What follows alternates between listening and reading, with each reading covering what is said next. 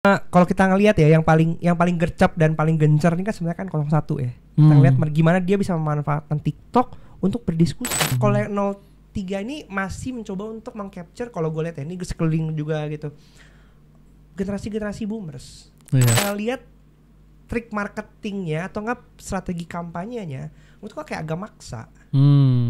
Kayak gitu, agak maksa in terms of mau digensi-gensiin tapi nggak gensi banget. Iya, gitu. betul. Jadi kayak serba nanggung gitu, bukan mengecilkan ya, tapi ini perspektif saya pribadi kayak gitu.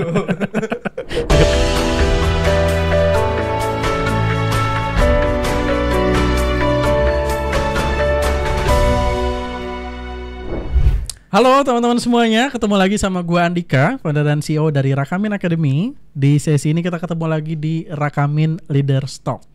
Di sesi ini seperti sesi-sesi sebelumnya kita bakalan ngobrol gitu ya sama para leaders yang udah punya pengalaman sangat panjang dan bisa share nih pengalaman pahit gitu ya maupun manisnya dan insight-insightnya terkait dengan dunia expertise-nya mereka masing-masing gitu ya. Dan kali ini gue kedatangan Bro William. Hai. Halo Dika. Hai. Thank you Brad udah mau datang. Yes. Untuk ke podcast ini. Jadi di podcast ini temanya teman-teman kita bakal agak ngerempet jurang sedikit gitu ya. Kita bahas marketing di dunia politik gitu ya. Terutama sekarang kan lagi banyak pemilih itu di Gen Z sama milenial akhir gitu lah ya. Nah, mereka ini kan sukanya instan-instan yang lucu-lucu gitu kan ya. Susah kalau dikasih yang substantif menurut data gitu, bukan saya ya. Nah ini kita bahas gitu ya nanti perspektifnya seperti apa karena Bro William ini juga udah sangat panjang gitu ya di dunia digital marketing. Nah mungkin sebelum kita masuk ke isinya kita mau kenalan dulu nih lebih dalam. Boleh? Silahkan Bro William dari sekarang tuh lagi punya agensi gitu kan ya. Boleh juga nanti sekalian dijelasin. Hai, halo semuanya. Teman-teman namanya siapa? Panggil kita apa? Panggilannya teman-teman. Teman-teman. Teman-teman Rakamin. Kenalin, nama saya William Sudana, founder dan managing director dari Fosfoyer. Kita adalah comprehensive creative consultant. Jadi kita dari tahun 2016. Simple sih, yang kita lakukan adalah gimana sih kita bisa membantu para klien-klien kita untuk punya strategic marketing dan implementasinya yang sesuai dengan harapan mereka.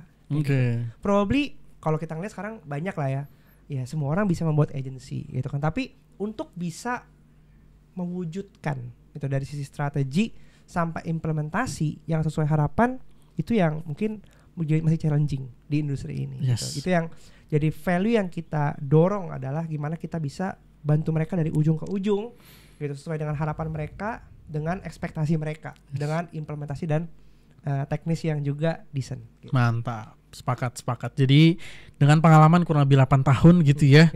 Nih kita bakalan coba ngulik ke perspektif politik teman-teman biar jadi lebih praktikal. Jadi buat teman-teman yang belajar digital marketing, jadi konteks digital marketing ini gak cuma spesifik buat jualan produk gitu ya, tapi apapun bisa kita sebut sebagai produk dan salah satunya produk politik itu sendiri gitu ya. Terus pantau teman-teman, kita bakal lanjut ke pembahasan berikutnya. Nah, Will, jadi yang menarik ini kan konteksnya dibandingkan dengan pemilu sebelumnya dan sebelumnya lagi, dunia digital ini pengaruhnya terhadap pemilih ini jadi signifikan banget gitu ya. Dulu tuh datanya kita tuh penggunaan sosial media 10 tahun yang lalu gitu ya, berarti di tahun 2014 itu kurang lebih cuma di sejam 2 jam aja lah gitu ya. Pada saat itu mungkin yang banyak ya Facebook sama Instagram aja ya, Twitter sedikit-sedikit. Nah tapi kemudian sekarang juga dengan ditambahnya TikTok, konten yang semakin singkat gitu kan ya, orang sekarang makin suka video yang cuma beberapa detik doang gitu. Akhirnya kehidupan kita tuh jadi banyak banget terlibat di sana gitu ya. Menurut pandangan lu gimana sih dengan konteks kontestasi politik sekarang nih dengan sosial medianya, apa yang lu lihat berbeda, apa yang menarik, yang unik dari pemilu sekarang? Emang sejak pandemi ya kita ngelihat bahwa behavior kita di digital dan sosial media itu meningkat pesat. Karena ya mau nggak mau ya kita mesti mengakui bahwa pandemi itu adalah sebuah berkah buat kita. Karena itu jadi akselerasi digitalisasi di Indonesia. Kalau misalnya nggak ada pandemi, mungkin kita masih nyaman menggunakan transaksi atau enggak kelakuan kita yang secara fisikal kayak gitu. Tapi karena mau nggak mau ada pandemi, kita diam di rumah doang. Menurut gue ini sebuah berkah. Karena berkah bahwa konten kreator bisa menghasilkan ekonominya sendiri, bisnis juga akhirnya bertransformasi secara nggak langsung, mau nggak mau mereka harus bertransformasi, dan habit kita dalam mengkonsumsi informasi juga lewat sosial media gitu. Dan kita ngeliat juga TikTok ini kan risingnya kan di pandemi juga ya, dimana dulu mungkin digunakan sebagai platform buat joget dan nyanyi, tapi shifting gitu sejak mereka juga ngerunning campaign belajar, ya kan. Dan itu jadi orang mulai terbiasa menggunakan TikTok sebagai wadah untuk menyampaikan informasi, bukan cuma sekedar entertainment aja. Jadi konteks edutainment juga shifting. Dan ketika kita masuk ke tahun politik 2024, menurut gua banyak banget cara kampanye yang bagus ya. Jadi lebih kreatif gitu. Fresh ya. Fresh, kemudian juga sesuai dengan aspirasinya, dimana kalau kita lihat majority votersnya kan sekarang juga Gen Z dan millennials ya. Ya bagus ketika para tokoh-tokoh politik ini bisa up to date dengan cara komunikasi yang juga trendy saat ini. Yes, sepakat. Karena kan juga di tim kampanyenya ini mulai banyak libatin anak-anak muda ya. Betul, banyak banget kita lihat anak generasi muda yang sebenarnya melek sama digital. Betul. Mereka menjadi penyambung, ya kan, ide-ide gimana bisa berkomunikasi yang efektif gitu. Betul. Karena kalau tetap diserahkan kepada para boomers, ini susah gitu ya pasti basi. Kita melihat banyaknya seliweran-seliweran ya di mana-mana pinggir jalan ya. Dikit-dikit press release gitu kan ya. Jadi anak-anak muda ini nih yang bisa jadi drivernya gitu ya. Betul. Nah, tapi kemudian ketika dibahas ke pembahasan strategi masing-masing paslon nih, mereka kan punya personanya masing-masing ya. Kalau dari lo ngelihatnya nih secara persona tuh gimana sih gambarannya di antara masing-masing yang muncul spesifik di sosial medianya mereka ya, marketingnya mereka ya. Kalau kita ngelihat ya yang paling gercep dan paling gencar ini kan sebenarnya kan 01 ya. Kita ngelihat gimana dia bisa memanfaatkan TikTok untuk berdiskusi. Dan sebenarnya betul. Kalau kita ngelihat sekarang memang kita sebagai Gen Z dan milenial, saya Gen Z bukan, saya benar-benar Gen Z. Tapi kita suka gitu ketika kita bisa berinteraksi. Sama halnya ketika kita tuh mencoba untuk berinteraksi dengan kreator-kreator favorit kita, ya kan? Kita pengen dong bisa interaksi langsung, bisa ketika kita tanya langsung dijawab gitu. Dimana ya behavior kita udah ke-shifted dari situ gitu. Dan 01 menurut gue bagus sih. Dia memanfaatkan momentum itu dengan sangat bagus, karena ya tren di sana peluang. Menurut gue sih peluang yang kata kuncinya ya. Gitu. Jadi dia bisa melihat, oh audiens saya rata-rata di sini, saya harus masuk dalam platform ini gitu. Dan mungkin nggak semua orang juga peka terhadap hal itu. Belum ke-capture ya. Betul. Sedangkan kalau 02 ya karena dibarengin mungkin wakilnya yang lebih trendy ya kan. Sedangkan kalau 03 dia ngikut gitu. Ngikut dengan 01 berhasil, saya ikutan deh kayak gitu. Iya betul. Betul. Tapi 03 ini agak nyerempet dikit. Tapi 03 ini kalau menurut gue agak nggak jelas ya. Positioningnya ya, maksudnya 01 sama 02 kelihatan, gitu ya. Kontras. Ya, betul. Yang ini pendekatannya sangat ya tadi ya, ngebuka peluang buat diskusi apa segala macam. Justru nggak banyak kasih yang mungkin bisa kita bilang konten populer ya. Sebelum yang orang-orang Korea ini, fandom Korea ini masuk gitu ya. Itu pun kan organik gitu ya. Sementara 02 mungkin bisa dibilang agak sebaliknya gitu ya. Dia agak hidden ya. Betul. Lebih banyak yang konten-konten populer aja gitu ya. Tapi laku juga. 03 nih agak ngikut-ngikut aja gitu ya. Kalau dari lo ngeliatnya gimana nih? Tadi 01 positioning gitu, 02, 03 tuh ngikut-ngikut ke sini kan. Sepakat gak sih lo ngeliatnya? Kalau ya ini balik lagi ke sebenarnya orang-orang di belakangnya ya gitu. Gimana sih bisa memanfaatkan momentum itu gitu. Kalau gua ngelihat memang dari sisi 03 ini, kalau 01 tim di belakangnya tuh menurut gua kreatif ya. Karena kalau sekarang sempat ngelihat gitu banyak orang-orang hebat di belakang 01 loh. Mereka kan orang-orang yang memang ada di industri kreatif dan mereka bisa mengimplementasikan sesuatu hal yang udah biasa dilakukan gitu. Sedangkan kalau 03 ini masih mencoba untuk meng-capture, kalau gue lihat ya ini sekeliling juga gitu, generasi boomers. Iya, gitu. Sepakat sih. Ya kan? Generasi boomers yang memang ini udah loyalis dari dulu, ya kan, kembali untuk meraup itu juga. Tapi sedangkan kalau kita ngelihat trik marketingnya atau enggak strategi kampanyenya, menurut gua kayak agak maksa. Kayak gitu, agak maksa in terms of mau digensi-gensiin tapi nggak gensi banget. Iya, gitu. betul. Jadi kayak serba nanggung gitu, bukan mengecilkan ya, tapi ini perspektif saya pribadi kayak gitu. Agak bahaya nih. Ini uncensored ya, uncensored. Unsensor. Ya, karena yang menarik sebenarnya pembahasan dulu, gue inget banget.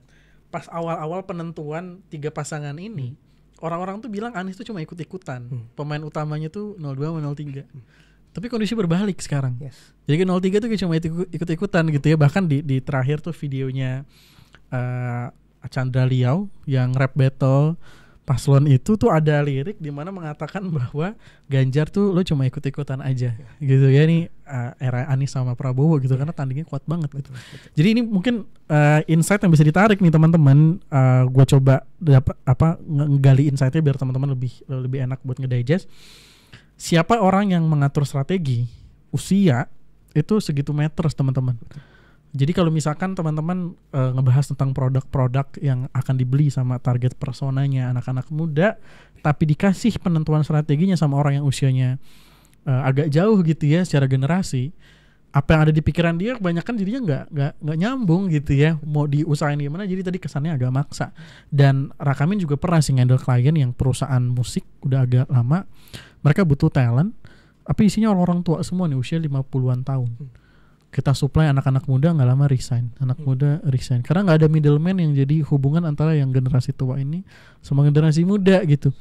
Dan produk mereka udah kurang lebih 2 tahun coba pasarin alat musik ke market Gen Z milenial lewat online tuh nggak laku-laku. Setuju. Susah gitu. Karena tadi yang megang tuh orang-orang udah tua ini gitu ya. Setuju. Kita pun dalam handling klien ya, menurut kita decision maker-nya itu penting. Itu memainkan krusial. Itu poin penting. Karena kalau decision maker-nya itu nggak nangkep dengan gini, sehebat apapun strategi kita itu nggak akan bisa jadi keren kalau klien kita tuh nggak paham apa yang mau kita lakukan dan kenapa esensinya. Disitulah peran satu communication kita untuk menyampaikan ide kita, didukung dengan data-data, ya kan. Kemudian gimana yang nangkep klien kita juga punya literasi yang sama. Salah satu contohnya adalah gimana Fosfoyer sebenarnya berhasil mentransformasi Bursa Efek dulu pertama kali itu klien itu one of the longest client ya di tahun 2016 pertama kali.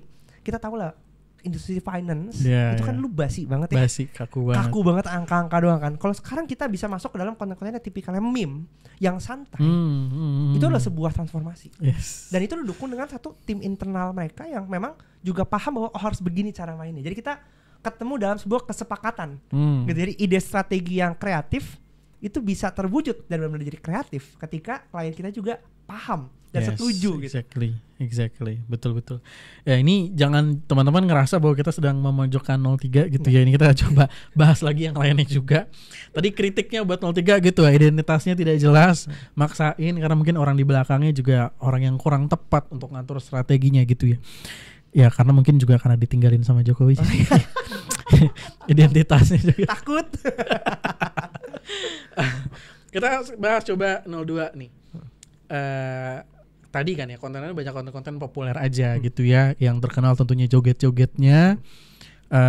Sama ya tadi benar banget Gibran tuh masuk aja gitu ya ke berbagai macam konten, kayak dia cuma komentar walk gitu aja tuh kemudian rame, orang tuh engage gitu ya segitunya. Tapi dari lo ngelihatnya overall nih evaluasinya apa nih kalau strateginya 02? Poin penting ya, kalau kita ngelihat 02 ini kan selalu di counter setiap pemilu especially gitu dengan narasi attitude-nya yang jelek, ya kan? Semua pokoknya yang berhubungan dengan HAM dan lain-lain. Tapi di kampanye ini justru gue memperhatikan bagaimana mereka itu nggak meng-counter balik. Jadi pakai strateginya adalah oke, kita kayak gini, kita chill, kita santai, ya kan? Ketika di counter mereka oke, tenang, kita nggak bales, kita accept itu, datanya udah ada, di mana-mana udah diomongin, itulah narasi yang lama. Bahkan di titik-titik krusial, dia malah minta maaf. Menurut gue pas closing debat terakhir itu keren banget ya. Di antara semua yang sibuk untuk ngurusin paslon-paslon lainnya untuk saling nginjek, 02 itu malah lebih chill, santai. Dia narik diri, kita minta maaf. Kayak gitu. Menurut gue itu strategi yang benar-benar totally different. Nggak ofensif, tapi lebih ke kita stay dan ini agree, gitu. Agree. Yes. Ya kebetulan juga gue dekat sama beberapa orang di TKN-nya 02 ya. Jadi emang kan udah 2 kali pengalaman gitu ya untuk gagal di pemilu 3 ya. Ini yang keempat. Kemudian personanya Pak Prabowo ini yang memang kemudian pengen diubah secara signifikan gitu ya. Yang sebelumnya coba pakai pendekatan yang tugas gitu ya, komandan segala macam, ternyata nggak terbukti works di Indonesia yang marketnya tuh demennya yang nyantai-nyantai tadi, yang chill gitu ya, pokoknya senyumin aja gitu kan ya. Dan ternyata works ya di strategi 02 ini ya. Understanding the market. Yes, ya kan? yes. Netizen galak, tapi netizen kita ini juga maha pengampun. Ya kan, ketika kita bisa berhasil ngambil, dan yang dimana sebenarnya emotion ya. Yes, menurut gue setiap marketing gitu, ini bukan soal siapa lebih bagus enggak, tapi siapa yang bisa mengambil emosi dari audiensnya. Exactly. Ketika emosi itu terbangun, maka disitulah dia menang. Yap, exactly. Ini juga jadi yang menarik ya buat teman-teman nih. Jadi dalam konteks marketing, orang tuh memilih decision dalam pembelian sebuah produk itu basically sebenarnya logic itu nggak banyak terlibat gitu ya. Tapi emosi di sana gitu, perasaan kita terhadap brand tertentu, walaupun kita tahu ada produk lain yang brandnya nggak kita kenal, harganya lebih murah, kualitas produknya lebih bagus, tapi kalau brandnya kita nyaman condong ke satu brand tertentu, udah itu kita bakal all in kalau bahasanya. Betul. Gitu kan ya. Pokoknya all in. Nah, ini yang menarik, jadi strategi yang cerdas gitu ya dari tim di belakangnya 02, bahwa memahami gitu ya konteks decision making orang-orang, konteks pemilih-pemilih di Indonesia, dan gimana akhirnya ngubah personanya Pak Prabowo gitu ya. Dan terbukti works sih. Works walaupun ada beberapa kali kebablasan juga. Betul. Karena betul. Ya namanya apa ya, proses ini kan namanya branding ya, itu kan butuh waktu juga gitu, dan balik lagi authenticity matters. Kayak gitu, walaupun sering kebablasan, tapi menurut gua mereka bisa mengcover itulah ya dengan teknik-teknik apa strategi selanjutnya ya gitu ya. Iya, yang menarik tuh ya loyalis yang all in ini tuh bisa kebentuk tuh strateginya apa gitu ya. Bayangin misalnya kita bisa bikin produk yang bikin orang tuh pokoknya all in gitu ya sama produk itu tuh luar biasa sih. Oke, itu 02 teman-teman ya. Nah sekarang ke 01. Tadi kan bagusnya nih mereka ngebuka ruang buat diskusi gitu ya. Banyak orang yang ngomong mengembalikan demokrasi kepada asal muasalnya gitu ya. Nah tapi tentu ada evaluasinya juga dong secara marketing nih. Dari pandangan lo gimana?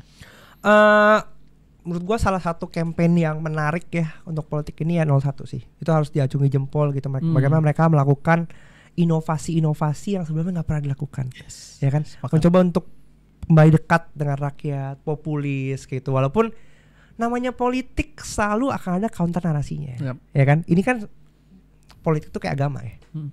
Ya kan? Kalau lu udah stick dengan satu orang, lu akan melihat itu kayak gimana kayak gitu. Ya kalau baik, yang jahat gitu. Selalu akan kayak gitu, kayak gitu.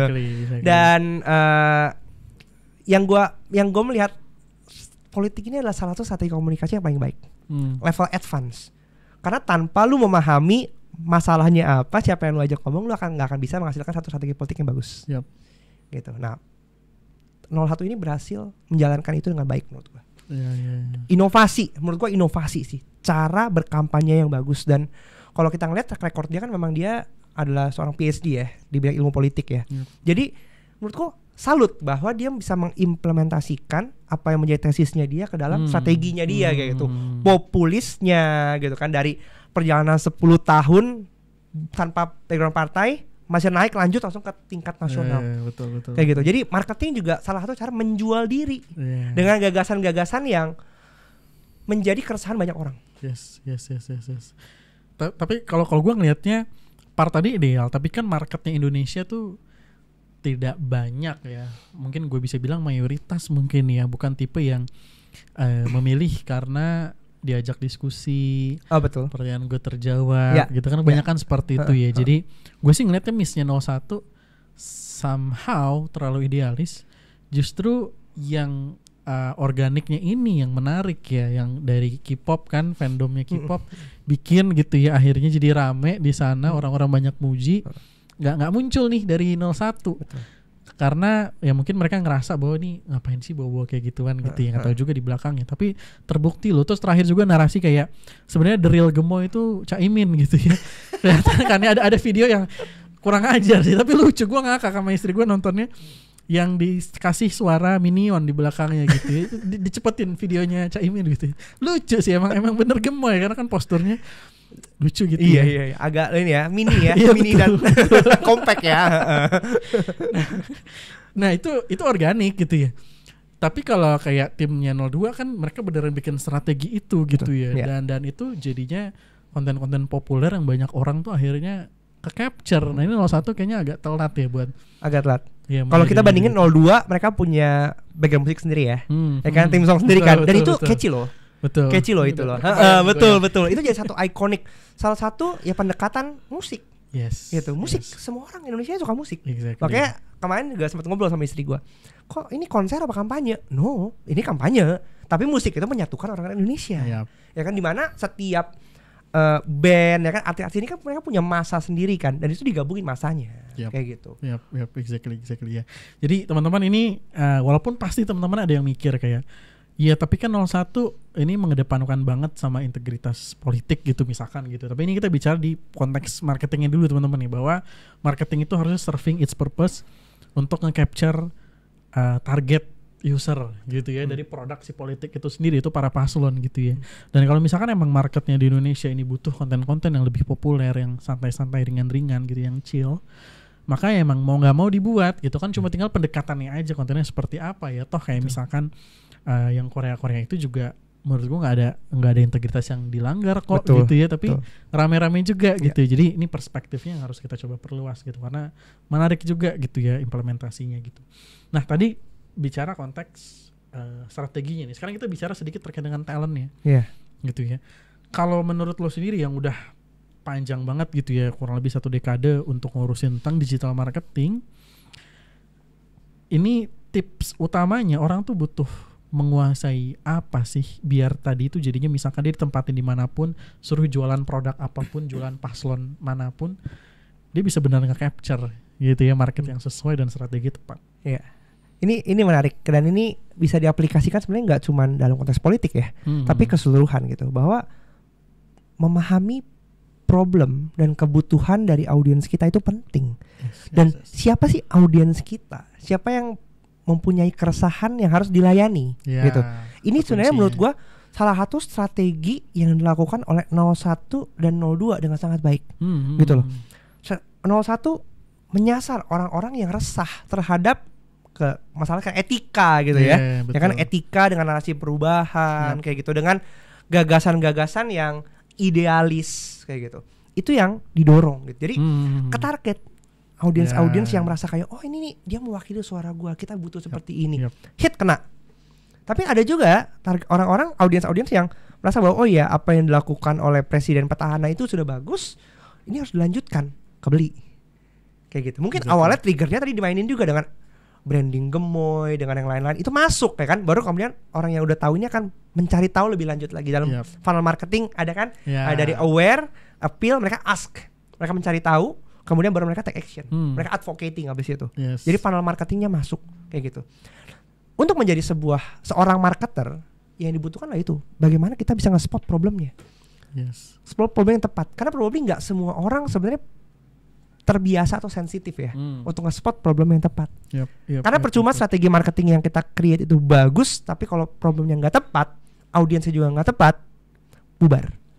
Karena setelah kita paham, oh ini problemnya, ini audiensnya, kita bisa ngelihat juga product knowledge. Apa sih keuntungan, advantage yang dimiliki oleh produk kita sendiri? Karena itu yang akan kita gunakan untuk menjawab keresahan itu. Betul. Tapi kalau yang lo bilang tadi untuk nge-capture masalah, biasanya tuh kalau dalam konteks pekerjaan ini kan tugas-tugasnya level-level atas, gitu ya. Tapi kalau gue sendiri gitu ya, sebagai orang yang ngejalanin bisnis, kalau level bawah diajak solving problem aja udah nggak bisa, gue nggak ngeliat dia ada masa depan gitu di kejam juga ini, Anda gitu ya.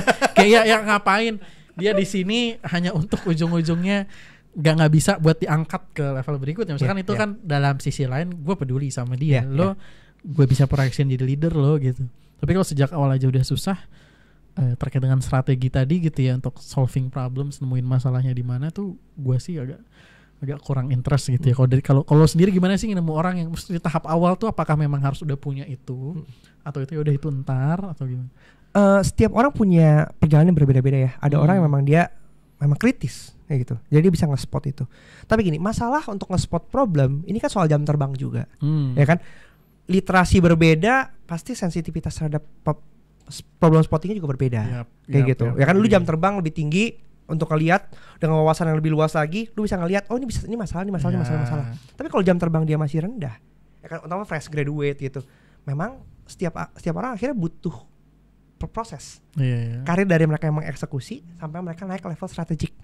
Gitu. Itu yang pelan-pelan perlu dibangun, dan tugas kita sebagai pemimpin adalah ya kita membantu mereka, pointing out loh ini, melatih critical thinking mereka sambil menambah wawasan mereka sehingga mereka tahu oh ini ternyata masalah, ini masalah.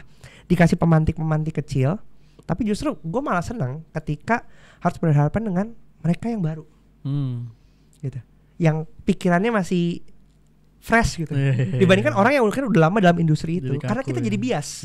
Kita nganggap kalau itu hal yang udah biasa. Justru ketika ada orang-orang yang baru melihat ini, oh ini kanvas baru, landscape baru, mereka yang kritis akan lihat kenapa harus begitu ya? Kenapa nggak begini sih? Mungkin ini bisa jadi lebih cepat gitu kan. Jadi inovasinya mungkin terjadi di situ. Iya. Berarti benar gue terlalu kejam ya.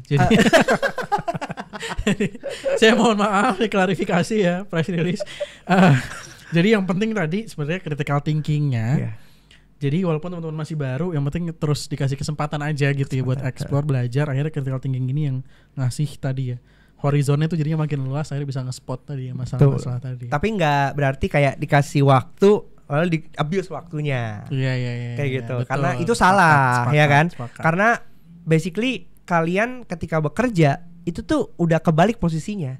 Kalian belajar sambil dibayar. Iya betul. Ya kan? Itu kan bentuk investasi perusahaan buat karyawan kan. Jadi kalian mesti nunjukin kontribusi dan progres yang signifikan juga. Yes, agree. Oke, ya teman-teman, jadi dari banyak pembahasan tadi, ini jadi momen yang sebenarnya menarik untuk kita coba telaah gitu ya Will ya. Jadi nggak cuma kita menikmati proses pemilunya juga, tapi teman-teman yang memang berkarir di bidang digital marketing itu harusnya bisa ngelihat prosesnya end to end gitu ya, bahwa di belakang tuh sebenarnya juga ada orang strategis marketingnya gitu ya, terus kemudian ada orang yang nurunin jadi konten pilar, ada yang orang ngurusin community, ada yang ngurusin kontennya, ada yang analytics, ngurusin survei segala macam. Nih the whole digital marketing ecosystem gitu yang juga berjalan, cuma beda aja yang sebelumnya kita biasa digital marketing jualin produk-produk perusahaan gitu ya, ini jadi produk politik gitu. Jadi kalau teman-teman coba telaah, enak deh, teman-teman bisa tuh bikin portofolionya teman-teman gitu ya, buat teman-teman apalagi yang lagi effort buat dapat kerja, teman-teman pretelin ini 01 itu proses mereka seperti apa, konten pilarnya, gambarannya gimana. Itu menarik sih kalau teman-teman apply, tapi teman-teman bisa memahami itu juga gitu ya, harusnya bakal diapresiasi ya. Nah, gue masuk ke pertanyaan yang cukup menarik, gue kaitin juga sama Fastwire gitu ya, sebagai komprehensif kreatif agency buat ngasih gambaran ini kira-kira kalau teman-teman di hire jadi tim pemenangan gitu ya, anjay. Tim kampanye muda, semoga 5 tahun ke depan ya nih semuanya dihandle nih sama Fastwire. Strateginya apa nih buat 01, 02, 03 yang belum mereka lakukan, yang menurut lo kayaknya ini cakep nih kalau misalkan bisa dilakuin, sekaligus teman-teman biar jadinya aware bahwa Fastwire tuh cakep banget loh ide-idenya gitu ya. Ini ditodong langsung saya. Kalau menurut gue gini, politik ini kayak pedang bermata dua. Ya, bahwa kubu kita akan mendorong narasi-narasi yang bagus, tapi kubu lawan akan menyerang dari sisi weaknesses-nya kita. Gini, yang menjadi perdebatan dan selalu menjadi kepusingan antara pemilih adalah mereka terpapar sama ini, mereka nggak terpapar sama yang ini. Kayak gitu. Pemanfaatan semua channel itu menurut gua wajib dilakukan gitu ya. Satu, track record itu memang penting ya. Gitu. Menurut gua ya, ketika kita memang udah punya plan untuk running ke sana gitu kan ya, bikinlah rekam jejak yang bagus. Kayak gitu. Kalau menurut gua yang sayang dari 01 adalah konsistensinya dia. Tapi enggak sih. Dia sesuai dengan perubahan ya. Konsisten berubah. Kayak gitu. Itu rekam jejak. Dia selalu mengulang-ulang gitu. Rekam jejak digital itu tidak pernah bohong, dan itu bumerang buat dia sendiri sebenarnya. Tapi of course kalau kita ngomong pendukung, tetaplah pendukung. Ya kan, akan denial. Ya kan, setiap pasangan pasti kayak gitu nih. Pendukung dia akan selalu denial terhadap apa yang data yang dipaparkan. Yes. Menurut gua 01 udah melakukan strategi kampanye dengan sangat bagus. Mereka masuk dengan inovasi cara-cara baru kayak gitu. Tapi yang perlu dikurangi adalah narasi pembawaan agama. Kayak gitu. Walaupun itu efektif ya. Iya, karena tadi kan ya, tergantung market. Betul, tergantung market gitu. Marketnya banyak banget menuju ke situ dan beberapa kali emang track recordnya itu banyak pas pilkada kemarin ya. Betul. Yap. Itu salah satu yang menurut gua ya marketing is marketing, objective achieve. Tapi dari sisi orang lain probably sayang gitu. Narasi yang bagus tapi di counter dengan agama kayaknya juga agak kurang ya untuk mungkin agama yang tidak sesuai dengan mereka. Kayak gitu. Ya kan? Itu kan jadi separatis. Ya, separator lah untuk kayak gitu. Untuk 02 keterbukaan terhadap media yang sayang. Kayak gitu.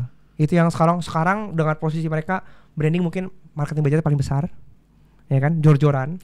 Kayak gitu. Tapi di akhir-akhir kita ngelihat berapa rejection apa enggak kurangnya keterbukaan terhadap media itu yang sebenarnya sayang.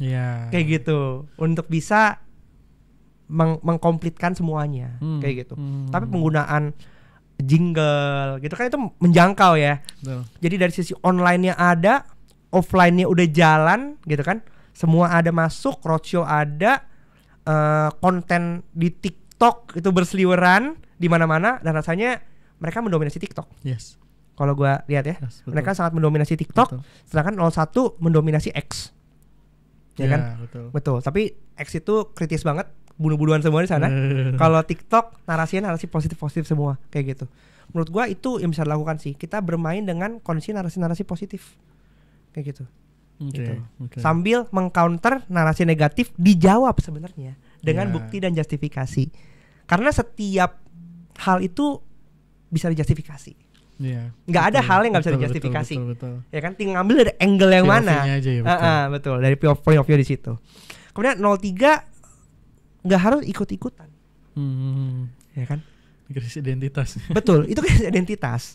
Karena kelihatan dari cawapresnya yang kurang Gen Z sebenarnya. Jadi ketika capresnya agak hippie gitu, cawapresnya agak awkward. Betul. Ya kan? Betul, terus kemudian kayak tos profesor. Itu dia, tosnya agak kurang ya kan, kurang kompak. Kayak kemudian ketika harusnya gimana agak canggung kayak gitu. Jadi kelihatan dipaksakan. Menurut gua seperti tadi kita bahas bahwa setiap orang itu pasti punya value-nya kan, dan mereka bisa ngambil point of view angle di mana satu partainya ya, ini kan satu partai ya mereka ya demokrasi gitu kan, gimana membuat value demokrasi itu keluar kayak gitu. Probably menurut gua dari 3 paslon 1-2 udah oke, cuma perlu checklist sedikit. 03 yang perlu lebih ke pointing out identity yang menjadi diri mereka sendiri sih. Lebih strong ya, brand identity-nya tuh harus strong ya. Betul. Karena mungkin kejepit ya. Yang satu udah melanjutkan nanti melanjutkan 02. Iya, melanjutkan tapi juga merubah. Jadi tengah-tengah keburu kejepit. Kena sandwich. Kasian lah. Oke. Itu kurang lebih gambar-gambaran terkait dengan apa nih yang bisa diimprove gitu ya. Dan gue yakin sih mungkin 5 tahun ke depan bakalan jauh lebih fresh lagi gitu ya, model-modelnya bakal lebih dan kita expect lagi. Bahwa strategi kampanye politik itu akan lebih menarik lagi. Karena akan lebih banyak anak-anak muda sekarang yang akan terjun. Sebenarnya kan juga lebih, gue ngeliat sekarang caleg-caleg banyak yang muda-muda loh. Betul. Dan mereka bisa memanfaatkan. Betul, mereka mulai menarasikan kampanye itu nggak harus mahal.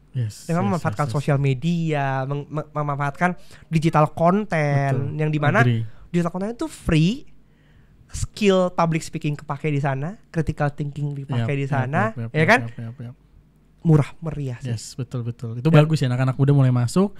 Yang penting nanti yang dipilih yang ada isinya gitu. Ya. Dan probably teman-teman yang nonton ini juga bisa menjadi bagian dari perjalanan tim kampanye mereka. Betul. Ya kan? Betul. Exactly. Menarik ya teman-teman ya, gambaran ilmu digital marketing ternyata bisa segitu dalam, pembahasannya bisa menarik kalau kita dalemin gitu dalam konteks politik juga. Gimana tadi kaitannya antara strategi orang di belakangnya, identitas itu jadi kritikal banget. Karena kalau identitas udah nggak jelas, strategi turunannya juga jadinya nggak jelas gitu ya. Akhirnya berpengaruh terhadap efektivitas marketing dan kawan-kawan. Itu kalau teman-teman pelajarin tuh asik banget sih, terutama teman-teman kaitin gitu ya strategi itu terhadap elektabilitas dari survei gitu. Itu harusnya berkorelasi gitu ya. Itu gambaran kayak gitu. Oke, teman-teman, pembahasannya menarik banget. Will, sekali lagi thank you banget udah mau ngobrol-ngobrol dan sharing nih ke teman-teman semuanya. Teman-teman tentunya jangan lupa untuk terus tonton seri Rakamin Leaders Talk yang berikutnya. Kita bakal hadirin lagi juga leaders yang gak kalah kece, yang bahasannya juga bakalan banyak yang tepi-tepi jurang lagi, tapi masih tetap aman gitu ya. Biar jadi teman-teman dapat insight yang menarik, yang teman-teman bisa langsung implementasi buat tingkatin skillnya teman-teman. Karena balik lagi teman-teman, yang paling penting apa yang teman-teman kemudian tonton, teman-teman pelajarin, teman-teman bisa implementasiin gitu ya. Jangan habis nonton kemudian nguap gitu aja. Dan jangan lupa teman-teman di sini ngebawa juga pesan demokrasi, bahwa setelah pemilu gitu ya, tentu jangan lupa kita baikan lagi. Betul. Gitu ya, kita 2019 gontok-gontokan kawin tuh berdua. Betul. Gitu kan. Karena percuma siapapun presiden yang menang gitu ya, hidup kita harus kita usahakan sendiri. Iya, betul. Teman-teman, kasihan juga ya. Biasa sendiri. Nah gitu ya teman-teman, kurang lebih. Jadi jangan lupa teman-teman, kalau teman-teman habis nonton video ini teman-teman ngerasa manfaatnya, teman-teman silakan subscribe, like, dan share mungkin ke kenalannya teman-teman gitu ya, biar dapat manfaat juga. Tapi kalau teman-teman nggak ngerasa dapat manfaatnya, tolong kasih tahu kita gitu ya, kayak slogan-slogan di rumah makan, kalau enak kasih tahu orang lain, kalau nggak enak kasih tahu yang punya warung. Sedap. Gitu ya, jangan sebaliknya. Sip teman-teman, thank you, ketemu lagi di sesi-sesi berikutnya. Thank you teman-teman. Bye.